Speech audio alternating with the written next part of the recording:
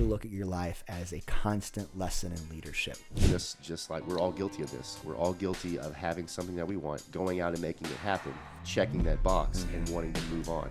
I would say, Aaron, nobody wakes up on a morning and intends to throw a grenade into their family. Nobody wakes up and says, you know what, today I'm really just going to sabotage my marriage. How do I get it all done? How do I schedule efficiently? How do I make sure that my family, my fitness, my community, all things that are important to me, like actually get done in the week? 5 years, 10 years, 20 years. And you wonder, like, how is my wife filing for divorce? I thought we were okay. She's respecting you less, and now you're creating this constant chaotic stream of, again, I feel like she's just nagging you all the time. She's nagging you, knucklehead, because you're not doing the things that you said you would do. This is the High Value Man Conversation Podcast, a show dedicated to the mission of building high value men. One great man means a great family, a great neighborhood, a better city, community, state, and the world. The question is, if not you, then who? Welcome back to the High Value Man Conversation. This is episode 15, No Leftovers. Do not give your scraps to your person, your partner, your spouse, your woman, your work, or your kids. No leftovers. This episode is all about how do you maintain that same level of energy and effort that you did at the beginning of the relationship that got you where you are. But by the way, it's not going to get you to where you want to go. Boom. That's it. That's it. That's Episode's over. Episode's over. Let's talk about where this no leftovers comes from. So going back to when I was engaged to my wife, I was reading through a John Maxwell book. I can't recall which one it is. He's written so many of them. But I remember reading a story of John who was experiencing quite a bit of conflict in his marriage, and he was trying to accomplish a lot in his life. And he talked about that he made a decision, that he later made a vow in his life to never give his wife his leftovers. And I decided just to rip that off and apply it to my life completely, of choosing to live a life where I'm intentionally giving no leftovers to, especially my spouse, but those that are most meaningful to me, which now include my children, my family of choice, and of course my friends. But that's really where the no leftovers come from. What I love about that is it gives us, I think as a man, it gives me a line that I can see in the sand of where I'm living, where I'm giving, and where I'm choosing to make decisions. And to me, it's very simple to feel if I'm giving leftovers or not. Sure. In any given scenario. And this smacked me around a little bit, but Aaron, our habits are the barometer to the change you say you want. So there's everything. We all have desires in our life. We all have wants and needs and things that we are ambitious towards. But the change in our own life to make those come to fruition are going to happen at our own habits. So to hover on some habits today, I don't think anyone listening to our voices would say, man, I'm just loving my life, giving my leftovers everywhere. And maybe if that's you, then, get it together. Leftovers are gross. Like they're only good on Thanksgiving, and they're only good for about a day after that. But nobody wants that same mushy, just soft paste that used to be a really good hearty meal. Yeah. And that's the truth. Is you think about in the start of a new relationship, right? And if you are intentionally pursuing somebody, you don't give them leftovers. They get the very best of you. You're intentional. You're curious. You're passionate. You are planning, preparing for the dates, you're looking ahead, you're actually doing what you need to be doing as a man. But what happens somewhere around the 6 month, 9 month, 18 month, 2 year, 10-year mark is your spouse, your person, your partner gets the very leftover, that mushy piece. Yeah. And as a foodie, and I'm sure a lot of us are, so I won't exclude myself of being special because I'm a foodie. I just think about my favorite food in the world, Aaron's Pizza. And there's a couple places around Dallas that have some of my favorite pizza. And I think to myself, even if I had my favorite pizza every single day, how quickly that would become just not desirable anymore, just boring. And even that same pizza, if I had some leftovers and it sat in my refrigerator for 2 weeks, and then I went to heat it up to eat it, I wouldn't want to eat it. It would be garbage. Right. And just think about the context of our lives of how often are we serving the same thing to our spouse, to our kids, and to people we do life with. And on top of that, how much of those leftovers are we attempting to serve? And you'll just quickly realize in your life it just doesn't work. Right. You don't want it yourself, so why are you serving it? And I think the question to ask is, why do guys give leftovers? Like, so we're going to riff on that for a little bit. But also, if you don't think you give leftovers, a little bit of a temperature check of maybe you are and you just don't know it. So a good indicator might be that hot and sizzly sex that you used to have in your relationship is no longer there, or you're getting the one-word answers from your person or partner, or your evening, your weekend routine is made up of Netflix binges rather than intentional time getting to know each other. Come on. Yeah, I think about the guy that puts in a day at work and then he spends his evenings either in his garage or on the couch watching some sort of ball game. Playing video games. Yeah, our team is playing. You're not on the team. You don't own it. Right. It's not your team. You're just being a slug on the couch, giving your leftovers to the people that you would actually say matter most to you. Truth. So the no leftovers piece, what are the reasons why guys give leftovers? I would say, Aaron, nobody wakes up on a morning and intends to throw a grenade into their family. Nobody wakes up and says, you know what, today I'm really just going to sabotage my marriage. I'm really going to just sabotage my relationship with my kids. It's done over time, and it's done, I think, unconsciously.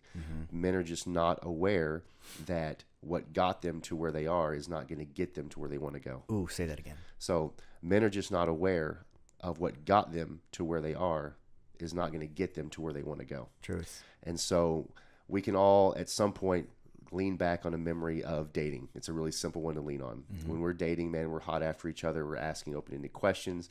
I've got my hair looking good. My car is clean. I smell nice. I'm wearing something that's attractive. I'm probably doing a lot more abs than I have before in my life, keeping myself together because I want to present the best part of myself because, honestly, I want this woman to choose me. Yes. And we go through a lot of effort, whether that's flowers, scheduling dates, being very intentional about calling and messages throughout the day, saying things that are nice that can get us into a relationship, that can even get us into a marriage. But over time, as you talk about, is men just let their focus go somewhere else and their effort follows their focus. Right. And so before you know it, you've got leftovers happening at home, and it's no wonder you don't want to come home. It's no wonder you don't look forward to spending time with your wife or your kids because your significance is now in the marketplace. Yeah. And I don't think anyone intends to live that way, but the majority of the men that have what we would call successful lives experience that every single day. Sure. And I think it's also the idea of thinking that once you got something that you have it forever, right? And so I got the girl, I got the date, I got the relationship, and I no longer need to put in the effort. Well, that same mindset shows up everywhere because how you do anything is how you do everything. And so if you're treating your relationship like that, you're probably also treating your business like that.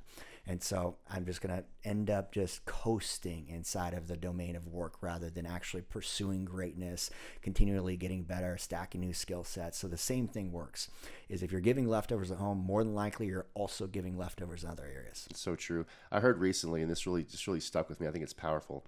I heard a man was repeating advice that his father had given him as a teenager. And he said, I recommend that you become a millionaire, not for the sake of being a millionaire, but because of who you become along the way.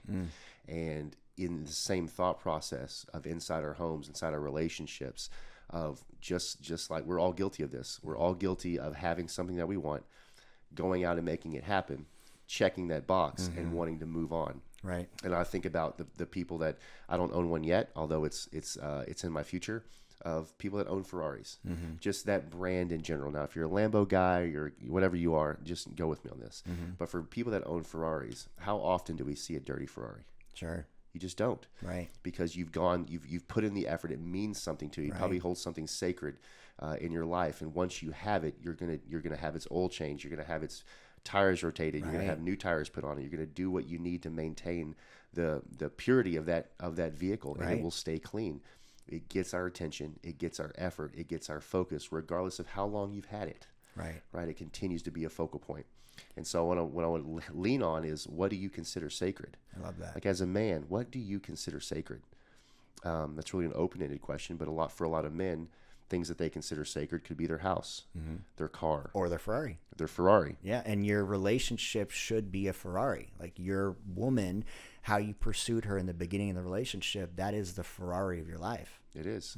It is. Don't let it become the El Camino. Ooh. El Camino, it's on my bucket list. Have I told you about my El Camino? No. Oh, I want an El Camino. I want a 1969 Chevy SS. I want it totally redone, but I want an El Camino. Like I just think it's a cool car. It's practical. It's tactical.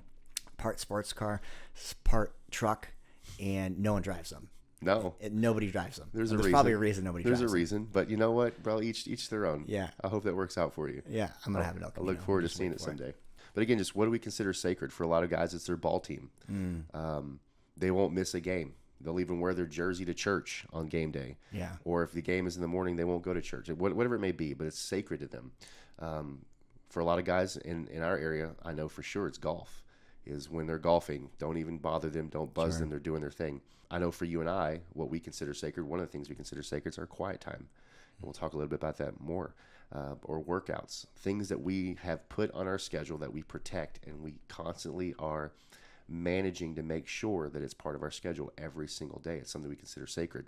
Love that. So big part of this no leftovers piece is to reevaluate what you consider sacred in your life. Take a look at your schedule, make sure that your spouse, your person, your partner, your wife is getting that sacred time so she gets the best of you rather than the leftovers. Exactly. That's what I hear you say. And I think the other piece of this is if you don't have proper sacred time with your wife, it ends up defaulting to that leftover space. But when you think about this, as men, we're all wearing many hats, right? We've got business owner, father, parent, coach, leader, entrepreneur, whatever it is. And so we're constantly transitioning from these different things. And I think the other big piece to talk about in this no leftovers piece is making sure that as you step from each role in your life, that you're actually transitioning with some intentionality. Because it's so easy to bring your leftovers from work into your leftovers in your relationship, and then your date nights is you complaining and bitching about the fact how work didn't go the way you want, or you had a stressful, tough day, and your wife ends up becoming just the dump for it. And so having proper thresholds and transitions is something that I learned from you. Yeah, and that's something that landed on me a few years ago, and actually we can blame COVID for that. So I went from working in the office place, an actual office, a brick and mortar. What's up, y'all? If you are a man struggling in his faith, fitness, family, or in finances, and you want to create breakthroughs and create followable excellence in your life, join Josh and I in our free High Value Man community and get access to the 6V formula, as well as the Relationship Mastery course by Mr. Josh. Absolutely, guys. And we've got everything that you want in there. We've got everything from learning how to be consistent in your masculinity, creating structure in your home, understanding the discipline that it requires you to be a high-value man, to be respected, to grow in your faith, family, finance, and fitness, to get to wherever you want to be, the place that you say that you want to be, the man that you say that you want to become. Click the link, join the free community of the High Value Man movements so that you can become the example worth following. Lead in your faith, fitness, family, and finances. Just click the link and join the free tribe. And spending a lot of time in my vehicle to working at home. And for a lot of us that made the transition, and for a lot of men haven't gone back to that and still work from home, is how do you give your best to the marketplace and at the same time don't let that bleed into your home? Right.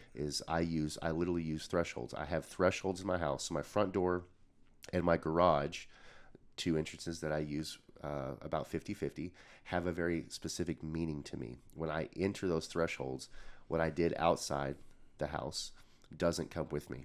And I'm not saying I withhold it from my wife, but if I had a difficult day, if I had a frustration, if I had a failure, that doesn't come with me through that threshold. It's required to stay outside.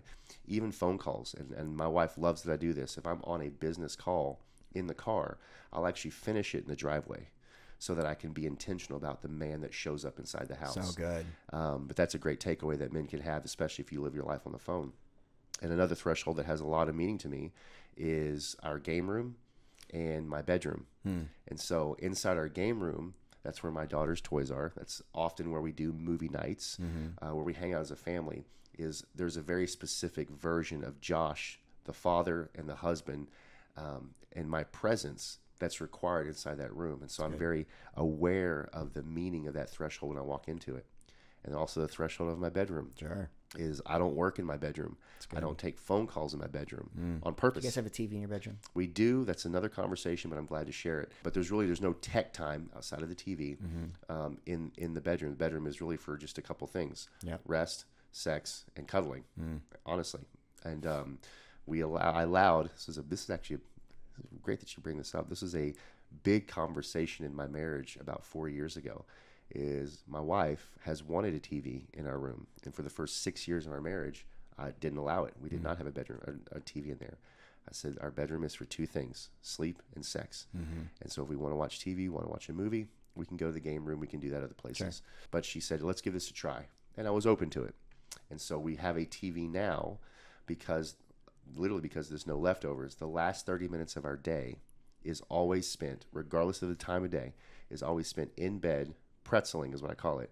Pretzeled up, talking, but then also it's like advanced level together. Spooning. It's advanced. Okay. So by pretzeling, just think about your legs and the actual pretzel. I mean, we're all up on each other. If you can see me, like tangled up. But really, it's about being in really close proximity. I'm holding her. I'm being sweet with her. We're pretzeled up, and then we watch a show, which is us just being together. Not being disconnected, but just being together. Love it. So I do have a TV in my bedroom. Love it. Well, I love it. But it's still protecting the sacred space. Yes. And it's having a threshold. And I think the big takeaway that the guys really need to pick up on is that Josh is being intentional as he steps out of the workplace mode, going from work to dad mode to husband mode. And if you're the type of guy that carries your conversations, like on the phone, you're always doing business, and you have a home office, and you're moving from home office to living room to kitchen, and you're taking your calls with you, working on a laptop in one spot, and then also trying to be dad and husband in between, somebody's getting your leftovers. And more than likely, it's going to be your family at home, because typically they're the ones you're most comfortable with, and you're not going to let your clients down because you believe that's where your primary identity is. Yeah. And so having a threshold where as soon as I step out this door, I'm going into dad mode, husband mode, I'm going into superhero mode, and that's who I'm going to be, and I'm going to leave everything else behind, because that leadership and that presence is far more important than anything else. Yeah, it is. There's a shocking statistic, but I'll just give you the general overview of that. The mass majority of people after sex go right to their phones. And the most important part of sex, not for a selfie. Oh. What a nerd. Typically to social media, or to check text messages they might have missed, or for some people maybe even emails. They've got to get back to the device. It's that draw. Yeah. And what the most important part of sex in and of itself is what's called the afterglow. So 5 minutes after sex is completed is when we're most primed biologically and emotionally to connect with our partner. And so after sex, you'll see people either go to the shower and get cleaned off and go right to their device, or just go right to their, even our watches now have all the device features on them. Right. So you'll go to the toilet and play on your watch, whatever it is, and you're missing the most important time of connection because we're being distracted by our devices. Another great reason to honor thresholds and not have the devices in there. So good. I love that. So takeaways for you guys is have and set intentional thresholds inside of your home, your workplace, wherever it is, so that when you step into that next area, your wife, your partner, your spouse, your kids are not getting your leftovers. For sure. And this comes back to something that we teach, is that we protect what we prioritize, and we prioritize what we protect. So if you're not being intentional about what's sacred to you and choosing to be mindful of those things, you can't protect these things. Right. Nobody, like I said, nobody wakes up on a given morning and says, today I'm going to have an affair. Today I'm going to go do something that's going to blow up my family. How that bleeds in is through indifference. So indifference is one of the four. So Dr. Gottman is the premier research leader on marriage and relationship in the United States, has been for decades. And he talks about the four horsemen. The first four horsemen is indifference or complacence.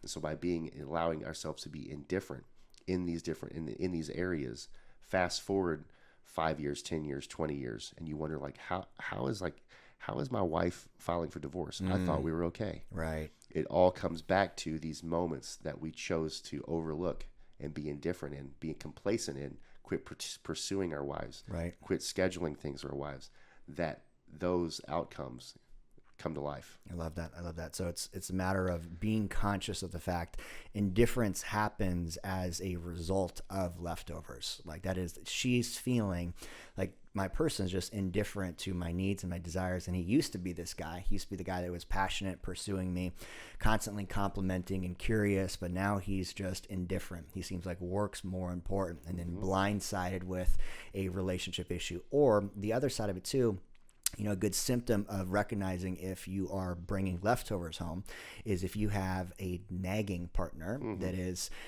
just poking at you. And, the nag is, it gets a very negative it gets a negative ideology behind it. But the truth of it is that's a need that is unmet. That is a need that is unmet. That's a bid.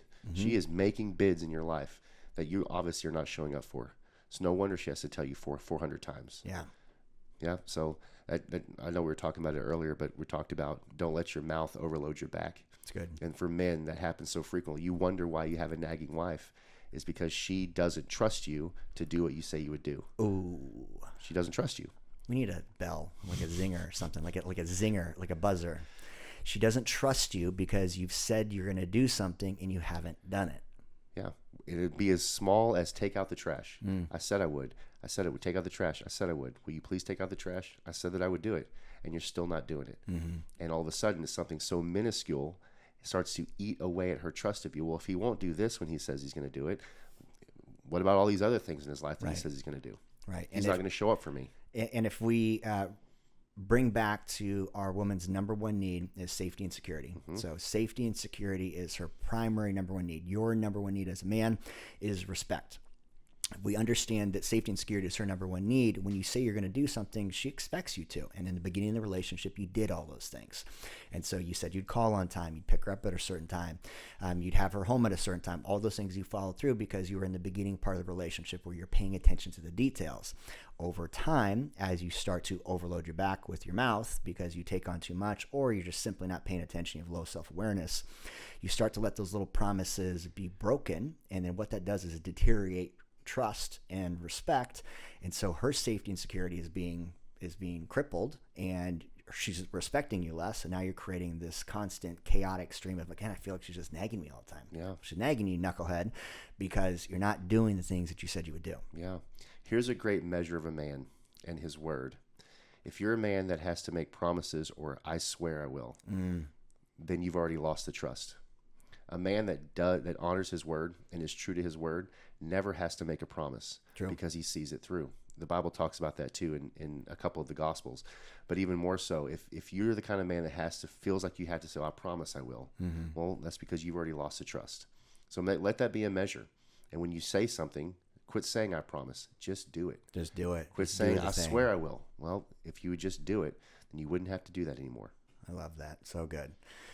I think we could summarize this this episode with the word leadership. Like, this is essentially coming down to leadership. If you want to make sure that the people around you that you care about, that you say are your most important priorities, your wife, your kids, your family, your community, are not getting leftovers, you need to look at your life as a constant lesson in leadership. The leaders are always planning and preparing.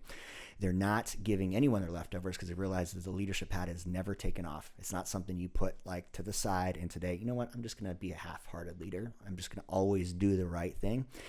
Leadership is, I think, fundamentally what pushes a man towards a deeper relationship with this person or drives her further away. It's absolutely true. It comes back to things that you've taught for over a decade, your vision and your values. Is if you don't know what you're going to stand for, you'll fall for anything. Amen. And so you've got to have your vision, what you want in your relationship, what you want your home to look like, what you want your business and your finances to look like, and then have values behind that support it.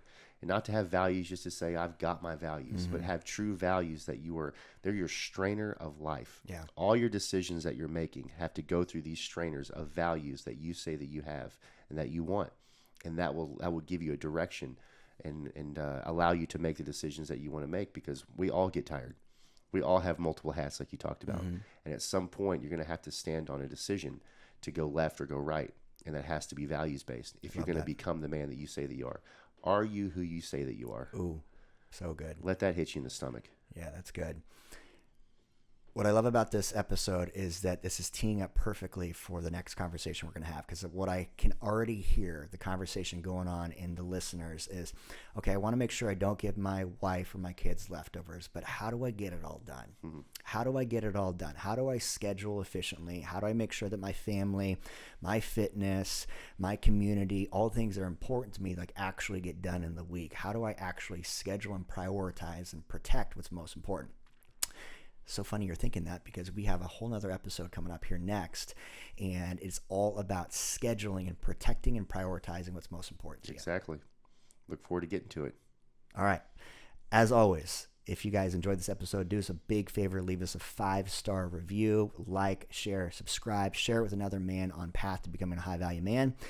And then do us a big favor. Josh and I would love to hear from you. We're constantly coming up with content from our coaching clients. We want to hear from the listeners. What are some topics that are meaningful to you that you want us to walk through and talk through? And how can we serve and support you better on your mission? I like it. Much love. Many blessings. Talk to you soon. Boom.